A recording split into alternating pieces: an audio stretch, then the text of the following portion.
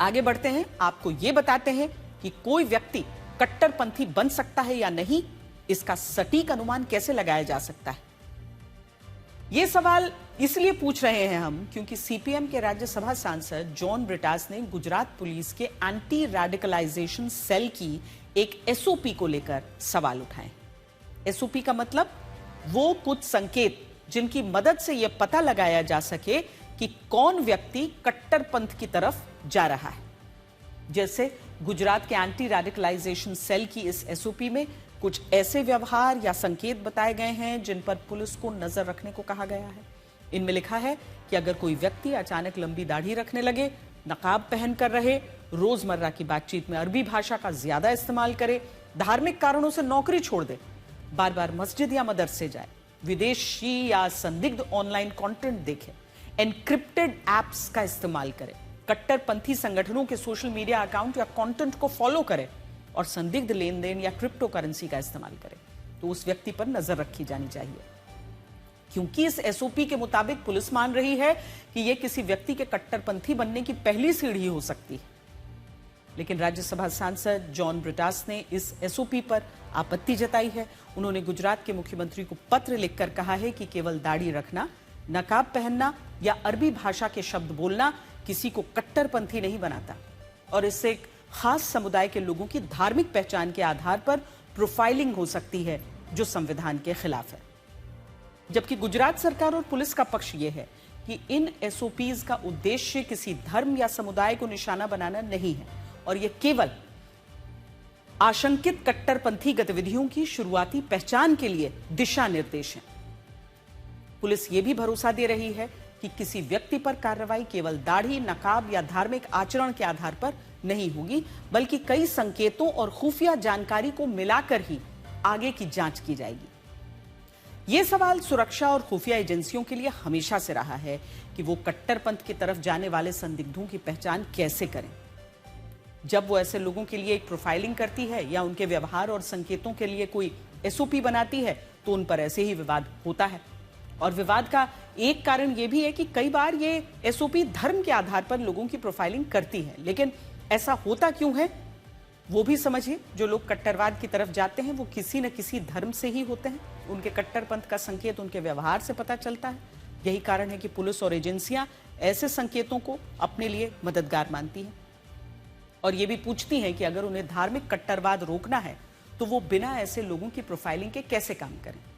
और ये चुनौती सिर्फ भारतीय एजेंसियों के सामने नहीं है। यूरोपियन यूनियन ने भी ऐसी एसओपी बनाई है जिसे किसी व्यक्ति की धार्मिक प्रोफाइलिंग हो सकती है और वहां है इस पर विवाद हुआ है। लेकिन दुनिया भर की खुफिया और सुरक्षा एजेंसियां यही सवाल पूछती हैं कि जब कट्टरवाद धर्म के आधार पर फैलता है तो वो इसकी एसओपी कैसे बनाए। जब इस एसओपी को लेकर इतना विवाद है, तभी गुजरात से एक ऐसी खबर आई है जिसमें कुछ संदिग्ध आतंकी न सिर्फ बम बना रहे थे बल्कि उनका बमों में विस्फोट करके उनका परीक्षण भी कर रहे थे। जांच में सामने आया है कि मुख्य आरोपी अमीन शेरा अपने साथियों के साथ मिलकर ऑनलाइन और स्थानीय बाजार से गन पाउडर और दूसरी चीजें खरीदता था।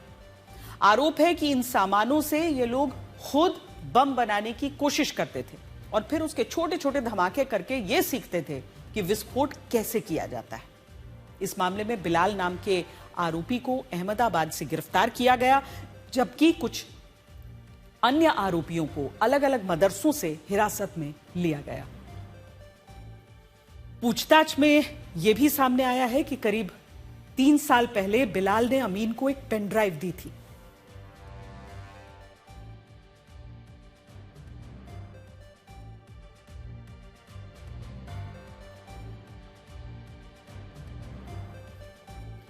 और उसमें जैश ए मोहम्मद के सरगना मौलाना मसूद अजहर के भाषण और कट्टरपंथी वीडियो मौजूद थे। जांच एजेंसी का कहना है कि अभी एक ऐसा कोई सबूत नहीं मिला है कि आरोपियों को किसी आतंकी संगठन से सीधे धमाका करने का आदेश मिला था।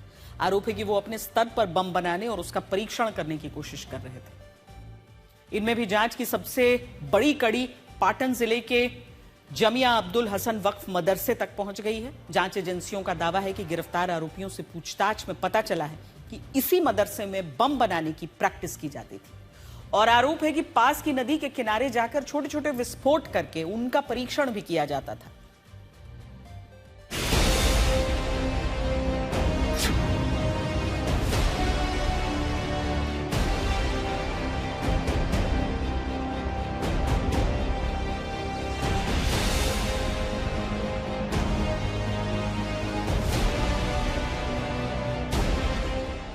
देख सकते हैं इसी मदरसा से जो 5 आरोपी उसमें से कुछ आतंकी है जो इसी मदरसा से वो अभ्यास कर रहे थे।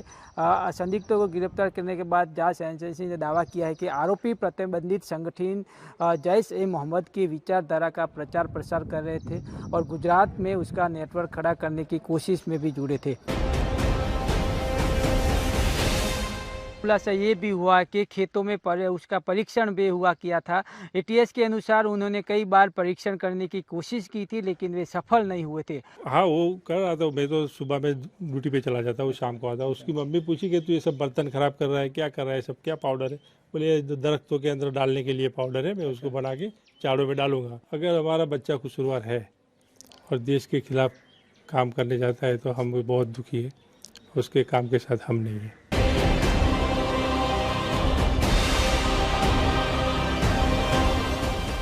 इन 8 आरोपियों का जब इंट्रोगेशन किया गया और इनके घर पे जब सर्चेज की गई तो इसके अंदर हमें जैश-ए-मोहम्मद के फ्लैग, मौलाना मसूद अजहर की किताबें और इन आरोपियों के द्वारा जो मसूद अजहर को लिखे गए खत थे वो सब मिले।